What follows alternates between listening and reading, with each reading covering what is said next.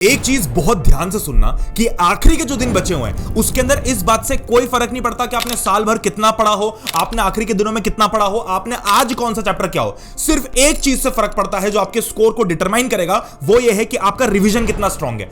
अगर आपका रिवीजन अच्छा नहीं है तो आप बिल्कुल लॉजिकल बात है मेरी जान, अगर आज आप बैठ के 10 चैप्टर भी पढ़ लो और आपको एग्जाम में जब आप लिखने बैठो तो आपको एक भी क्वेश्चन याद ना आए तो फिर उस पढ़ाई का कोई मतलब ही नहीं है। आज हम पढ़ाई को इसलिए नहीं कर रहे हैं कि हमको फील गुड हो कि भैया देखो मैंने पढ़ाई की, हम इसलिए पढ़ाई कर रहे हैं कि हमारा स्कोर है। अल्टीमेट गोल आज की डेट में पढ़ना आपका ये नहीं है कि भैया मेरे को समझ आना चाहिए, मेरे को नॉलेज में, अरे सब भाड़ में जाए। जो जितने भी टीचर जितने भी जगह पे आपको सब ये बोल रहे होंगे ना कि बैठ के कि भाई अपने को समझ के पढ़ना है, अरे अभी समझने की कोई जरूरत नहीं। मैं कह रहा हूं कोई भी चीज अगर याद नहीं हो रहा रट भी लो उसको तो कोई फर्क नहीं पड़ता, क्योंकि हमारा अल्टीमेट गोल है अभी मार्क्स लेके आना। भैया आप तो हमको मार्क्स के पीछे दौड़ा रहे हो। मैं कह रहा हूं कि जिस दिन आपकी बोर्ड एग्जाम खत्म हो जाए ना, उस दिन से बैठ के जब तक आपकी 11th स्टार्ट हो रही तब तक आप बैठ के आराम से चीजें समझना। बट अभी जब हमारे पास में टाइम नहीं है तो हमें सिर्फ ये फोकस करना है कि मेरे मार्क्स कैसे इंप्रूव हो, और उसके लिए सबसे ज्यादा इंपॉर्टेंट रिवाइज करना। अगर आज आपको ये नहीं पता है कि मेरे को जो चैप्टर मैं पढ़ चुका हूं या जो मैं पढ़ रहा हूं आज, उसकी स्ट्रैटेजी आज पढ़ते टाइम कैसी होनी चाहिए और जो पुराने चैप्टर में पढ़ चुका हूं उनको कैसे रिवाइज करना है, ये दोनों चीजें जब तक आपके हाथ में नहीं होंगे तब तक कोई फर्क नहीं पड़ता कि आप कितना भी पढ़ लो, कितने भी सेशंस देख लो, मैराथन अटेंड कर लो, उससे कुछ नहीं होने वाला जब तक, क्योंकि आपके किसी भी चीज से मार्क्स नहीं आएंगे। मार्क्स लाने के लिए इस बात का होना बहुत जरूरी है कि आपका रिवीजन सबसे स्ट्रांग हो। और रिवीजन कैसे करना है वो स्टेप बाय स्टेप आज मैं आपको इस वीडियो में बताने वाला हूं, कंसीडरिंग कि हमारे पास कितने दिन बचे हैं। मैं आपको यही नहीं बोलूंगा कि भैया बैठ के ना सारी चीजें लिखो कि कितनी आती है, लिख लिख के पढ़ाई करो, उससे रिवीजन अच्छा होता है। अभी हमारे पास में वो टाइम बचा नहीं है, ठीक है। तो आज हम रिवीजन को उस तरीके से देखेंगे जो हमारे पास में टाइम बचा है।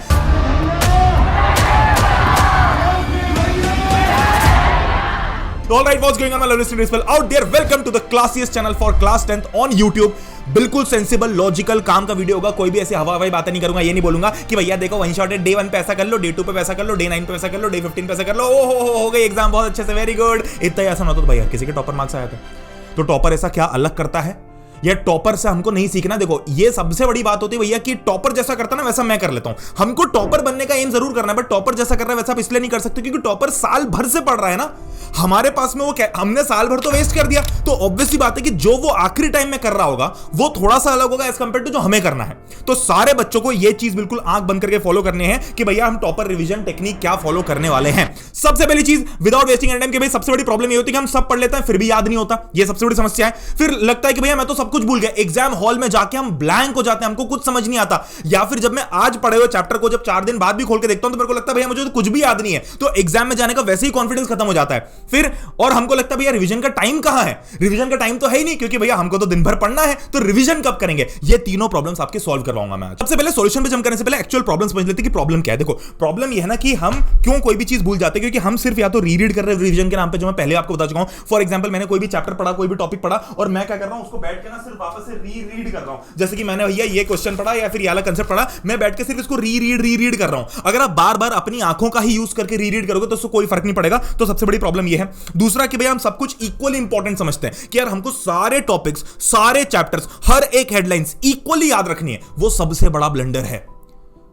आपको यह चीज समझनी पड़ेगी कि भैया आपके 20% सिलेबस से अराउंड 80% क्वेश्चंस बोर्ड एग्जाम में आते हो, तो ये 20% हमारे लिए गोल्ड माइन है। ये नहीं सोचना कि भैया वो छूट जाएगा। हमको पता होता है कि इंपॉर्टेंट, कई बार ऐसा होता है, मेरे साथ भी ऐसा होता है कि एग्जाम मान लो 2-3 दिन बाद है और हमको पता होता था कि इंपॉर्टेंट टॉपिक क्या है, बट फिर भी हम कोशिश करते हैं कि नहीं मैं सब कुछ कंप्लीट कर लूं। वो ईगो अपने अंदर से हटा दो। थोड़ी सी रिस्क है, थोड़ा सा डर लगता है कि भैया क्या पता इसी में से क्वेश्चन आ जाए, बट जिसमें से श्योरली क्वेश्चन आने वाले हैं उसको 100% करना पहले बहुत जरूरी है, एज कंपेयर टू कि जिसमें से कम चांसेस है पर मैं सिर्फ सिक्योरिटी के लिए कर लूं कि कभी इसमें से आ गया तो। मेरी बात समझ में आ रही है कि क्या करना है, तो इस चीज का ध्यान रखना। और तीसरी चीज कि एक सब्जेक्ट खत्म करके नेक्स्ट पे जाना। भैया हम क्या सोचते हैं कि ना मैं आज तो पूरा हिस्ट्री निपटाऊंगा और फिर इसके अगले दिन मैं सिविक्स पे जाऊंगा। ये सबसे बड़ा ब्लंडर है। ये इसलिए ब्लंडर है, ये तब चल जाता जब हमारे पास में समय की बिल्कुल कोई सीमा ही नहीं थी, बहुत समय था।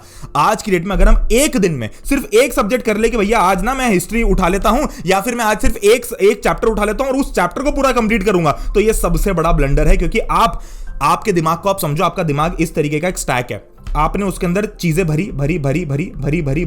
अब क्या होगा, एक पॉइंट के बाद में जब दिमाग ओवरलोड होने लग जाएगा तो जो नीचे सबसे चीज थी ना वो बाहर निकलने लग जाएगी। तो फिर क्या होगा कि ये तो आपको याद रह जाएगा बट ये सब आप भूल जाओगे।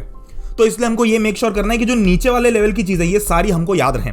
अब कैसे रिवाइज करना है बिना टाइम वेस्ट के, डायरेक्टली वीडियो के टॉपिक के मेन टॉपिक पे आते हैं। एक चीज पहले मैं आप लोगों को क्लियर कर देता हूं कि रीड करने नहीं बैठना है हमको, कोई भी ऐसी चीज नहीं करना है। एक बिल्कुल लॉजिकल बात, आउट ऑफ दिस स्लाइड में आपको एक चीज बताता हूं इंपॉर्टेंट, जो सबसे बिल्कुल साइंटिफिक भी और लॉजिकल भी है, और कोई ऐसी रॉकेट साइंस भी नहीं कि भैया ये कैसे करें, इसकी तो लोमो लोमो टेक्निक, पोमो पोमो टेक्निक, कुछ भी नाम नहीं दूंगा। सिंपल सी बात है कि जितने ज्यादा सेंसेस आप अपनी बॉडी का यूज करोगे उतना ज्यादा आपको कोई भी चीज लंबे टाइम तक याद रहेगी। फॉर एग्जाम्पल, अगर मैं सिर्फ रीड कर रहा हूं तो मैं सिर्फ आंखों का यूज कर रहा हूं, मैं एक ही सेंस का यूज कर रहा हूं तो भैया मैंने सिर्फ आईज का यूज किया।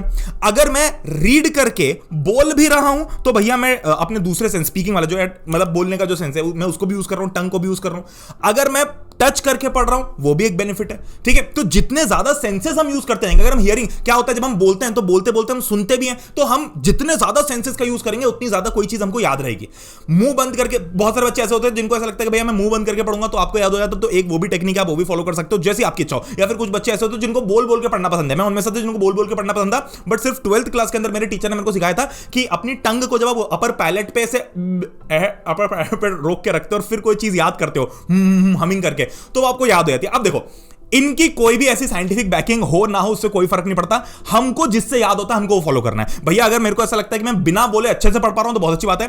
बोल के पढ़ने में बस दिक्कत है कि आपको रीड नहीं करना है बैठ के कि भैया मैं रीड करता हूं which state has maximum production of iron ore, Karnataka, Jharkhand, Chhattisgarh, Orissa, क्या था। सिर्फ बार रीड नहीं करना। अगर आप बोल के पढ़ रहे हो तो फिर जब आप नहीं देख रहे हो किताब की तरफ तब भी आपको बोलना है। देखो बहुत छोटी छोटी बातें हैं बट ये बहुत वैल्यूएबल हैं। आपको लगेगा भैया कितनी बेसिक और फुद्दू बात बता रहे हो, ये तो हम रोज ही सुन लेते हैं, बट ये एग्जाम टाइम में मैटर करती हैं, ठीक है। चलो आते हैं सबसे पहली लेयर। जब भी हम रिवीजन करें तो हमको 3 लेयर में रिवीजन करना है जो इंपॉर्टेंस के बेसिस पे डिसाइड हुआ है, ठीक है। सबसे पहली लेयर है मस्ट नो चीजें, जो जिसमें आपको 70% टाइम इन्वेस्ट करना है अपना। मस्ट नो चीजें कौन सी भैया? पहली हो गई एनसीईआरटी की सारी हेडलाइंस, ये बहुत इंपॉर्टेंट है। हम क्या करते हैं भैया, हम या तो किसी नोट्स को पकड़ लेते हैं या फिर हम कोई स्लाइड, अगर आप मेरी स्लाइड्स पकड़ते हो कोई दिक्कत नहीं, अच्छी बात है। या फिर अगर आपके कोई भी टीचर आपको स्लाइड्स के हिसाब से टॉपिक वाइज पढ़ाते हो तो बहुत अच्छी बात है। बट प्रॉब्लम कहां होती है कि हम कुछ चीजें मिस आउट कर जाते हैं। उसके लिए सबसे इंपॉर्टेंट है कि आप एनसीईआरटी खोलो। एनसीईआरटी में आपको हेडलाइंस दिखेगी, देखो मैं आपको स्क्रीन पे दिखा भी रहा हूं, इधर एडिटिंग में आपको दिख रहा होगा वीडियो। एडिटर भैया प्लीज यहां पर एक वो लगा देना, ठीक है, एनसीईआरटी की कोई भी फोटो लगा देना, उसमें आपको हेडलाइन दिख रही होगी बीच में, तो सारी हेडलाइंस आपको एक बार रीड करके रखनी है। दूसरा है डेफिनेशंस, जितने भी डेफिनेशंस है बहुत इंपॉर्टेंट होते हैं। और तीसरा है डायरेक्ट क्वेश्चन। डायरेक्ट क्वेश्चन मतलब जो भी डायरेक्टली आते हैं, या तो आपके अगर आप मैथ्स पढ़ रहे हो तो मैथ्स के अंदर एक्सरसाइज के क्वेश्चन हो गए, एग्जांपल्स के क्वेश्चन हो गए, या फिर अगर आप साइंस पढ़ रहे हो तो बैक एक्सरसाइज इन टेक्स्ट हो गए, सिमिलरली सोशल साइंस के अंदर। तो एक बार जब हमने ये लेयर पूरी कर ली, फिर हम आते हैं लेयर 2 पे, जो कि हमारा स्कोर बूस्टर होता है। इसमें भैया आती केस स्टडीज, यानी कि जो आपके बाकी के एनसीईआरटी के अंदर जो छोटे छोटे डब्बे होते हैं, एग्जांपल्स होते हैं, डायग्राम्स होते हैं, टाइमलाइंस होते हैं, हिस्ट्री की ये सब चीजें। हिस्ट्री की टाइमलाइंस फिर से बता रहा हूं भैया, यहां नहीं आती है, वो लेयर 1 नहीं है, वो लेयर 2 है। हम उसी के पीछे रो रहे हैं। पहली प्रायोरिटी इतना करना है। देखो अब ऑब्वियसली बात है, मैं आपको हर एक वीडियो में सेम चीज नहीं बताऊंगा, तो जिसने मेरा पिछले वीडियो नहीं देखा वो जाके पिछले वीडियो देख लेना, उसके अंदर बहुत सारी इंपॉर्टेंट चीजें डिस्कस की हुई। ये वीडियो सिर्फ रिवीजन के ऊपर है, पढ़ना कैसे है वो उस वीडियो के अंदर बताया है। उस वीडियो में जो पढ़ना कैसे है वो यूटिलाइज करके इस वीडियो से रिवीजन कैसे करना, अगर आपने दोनों को क्लब कर दिया तो आपका काम हो जाएगा। तीसरा है भैया लग्जरी, जिसको मैं बोलता हूं कि लास्ट के जो 10% जो होते हैं ना, कि भैया वो बच्चे जो 90 से 99 के बीच में फॉलो करते हैं, तो ऐसी कौन सी चीज है जो 91 वाले बच्चे ने नहीं की, जो 99 वाले बच्चे ने कर ली, वो ये लग्जरी आइटम्स होते हैं, ठीक है। एक्स्ट्रा फैक्ट्स हो गए, फैंसी पॉइंट्स हो गए, अगेन कैसे पढ़ने वाले वीडियो के अंदर चीजें कवर की हुई हैं। अब हमको आना है भैया सबसे इंपॉर्टेंट टेक्निक पे, जो कि एक्टिव रिकॉल। बार बार मैं आपको चीज बताता हूं कि एक्टिव रिकॉल करो, एक्टिव रिकॉल करो। नहीं समझ में आता क्या है, सिंपल भाषा में, बिल्कुल हिंदी भाषा में लिख के बता रहा हूं। सिंपल इसकी 4 स्टेप्स है। पहला है भैया बुक बंद कर लो, सीधी सी बात है, जो भी पढ़ रहे हो अगर नया टॉपिक पढ़ा बुक बंद कर लो, बुक बंद करके साइड में रख दो। फिर क्वेश्चन पूछो खुद से कि आपने क्या क्या पढ़ा, उसमें कौन से क्वेश्चन पूछना है वो बता देता हूं आपको। सबसे पहले आपको क्वेश्चन पूछना है कि आपने क्या पढ़ा, व्हाट, है ना, क्या पढ़ा। दूसरा आपको पूछना है अलाइनमेंट। अलाइनमेंट मतलब क्या, कि भैया अपन ने जो किताब पढ़ी उसके अंदर कौन सी चीज कहां पे रखी हुई थी। मतलब ऐसा इमेजिन करो कि जैसे फॉर एग्जांपल मैं ये पेज पढ़ रहा हूं, इस पेज में मेरे को पता है कि अच्छा यहां पर एक डायग्राम था, वो डायग्राम मेरे को बता रहा था कि पाए चार्ट है कि किस जगह पे कितना आयरन ओर का प्रोडक्शन होता है। तो मैंने आंख बंद की और फिर मैंने पूरा पेज को ड्रॉ करने की कोशिश की अपनी आंखों के सामने। अच्छा ये चीज याद आ रही है, ये चीज याद आ रही है, कौन सी चीज याद नहीं आ रही, कौन सी चीज, उस पर थोड़ा एफर्ट लगाओ, ठीक है, और खुद से बोलो, और जो आंसर आते हैं उनको लिखो भी, और फिर एक बार चेक करो कि भाई आपको कौन सी चीज नहीं आई। जो चीज इस स्टेप को करने के बाद आपको नहीं आई वो हो गया भैया आपका वीक पॉइंट, जिसको आपको फिर से रिवाइज करना है। बाकी चीजों को रिवाइज करने की जरूरत नहीं है जो आपको आ गई, यहां से टाइम बचेगा। प्रॉब्लम क्या होती है, हम ये सोचते हैं भाई रिवीजन के लिए टाइम किसके पास है, रिवीजन के लिए टाइम कैसे निकालना अभी बताऊंगा। पहली स्टेप तो ये होगी कि टाइम ऐसे निकालना है, सब कुछ रिवाइज नहीं करना, जो नहीं आ रहा वो रिवाइज करना। अब नहीं आ रहा वो कैसे पता चलेगा, बुक बंद करके एक्टिव रिकॉल को यूज करके पता चलेगा। ठीक है, चलो बहुत बढ़िया। अब सबसे बड़ी प्रॉब्लम है भैया कि हम भूले कैसे ना, है ना, how not to forget what you learn. ये सबसे बड़ी समस्या है कि मैं सब कुछ पढ़ लेता हूं पर मेरे को यही याद नहीं रहता, कि मतलब कुछ याद नहीं रहता। जब सैंपल पेपर करने बैठता हूं तो फिर ब्लैंक हो जाता हूं कि अरे यार पढ़ा तो था यार, शिट क्या था वो, क्या था, अरे यार अभी याद आ रहा है, वो rise of nationalism in Europe के अंदर वो क्या था यार, यूनिफिकेशन ऑफ इटली में था कि जर्मनी में था कि ब्रिटेन में था, या फिर भैया वो इलेक्ट्रिसिटी के अंदर ओहम्स लॉ के अंदर क्या देखा था, या फिर वो मिरर केस में क्या था। ये चीज प्रॉब्लम आ जाती है। तो क्या करना है, सबसे पहले दिक्कत प्रॉब्लम क्या है, ये जनरेट कहां से होती है, पहले तो अपन जड़ पकड़ते हैं। ये बहुत जरूरी है कि भैया हम ना नया पढ़ते जा रहे हैं, बस कैसे भी करके हमको बस नया घुसाना है। उस चक्कर में पीछे का पूरा डिलीट हो जाता है, पुराना रिवाइज हो नहीं रहा है, और ब्रेन बोलता है कि भैया ओवरलोड हो गया, डिलीट कर दो। तो दिमाग आपका ये बोलता है कि भाई जो पहले पढ़ा ना उसको याद भुला दो, उसको भुला दो। नया अगर कोई नई चीज रखनी है तो पुरानी चीज हटानी पड़ेगी। अब वो पुरानी चीज आपका दिमाग हटाते जा रहा है और नई चीज लेते जा रहा है। नई चीज तो याद है बट पुरानी चीज भूल गए। इसको कैसे टैकल करें, इसको टैकल करने का तरीका है भैया 60-30-10 का रूल। सिंपल प्रैक्टिकल रूल है। अब मैं बहुत माफी चाहता हूं कि मेरे को ना ऐसे क्रिंज नाम रखना, ये रूल वो रूल बड़ा पसंद नहीं है, मेरे को बिल्कुल प्रैक्टिकल बात करना पसंद है। तो पर रूल का नाम इसलिए दिया है कि भाई तुम्हें थोड़ा समझ में आ जाए कि करना क्या है। 60% टाइम आपको अपने दिन का न्यू लर्निंग को देना है, 30% टाइम ओल्ड रिवीजन और 10% अल्ट्रा क्विक रिकॉल। ये जो बचा हुआ 40% है ना, ये बहुत इंपॉर्टेंट है, क्योंकि हमको क्या लगता है भैया मैं तो सिर्फ नया पढ़ते जाऊंगा, पुराने चैप्टर तो कर लिए, बट दिक्कत यही मेरी जान की एग्जाम में पुराने चैप्टर जब आएंगे ही नहीं आपके दिमाग में तो फर्क क्या पड़ेगा वो पढ़ने से। या तो पढ़ो ही मत, आज पढ़ो ही मत। आज अगर नहीं पढ़ोगे तब तो एग्जाम में कुछ नहीं आएगा, पर अगर आज पढ़ भी रहे हो और फिर एग्जाम में याद भी नहीं आ रहा तो फिर आज पढ़ने का मतलब ही क्या रहा।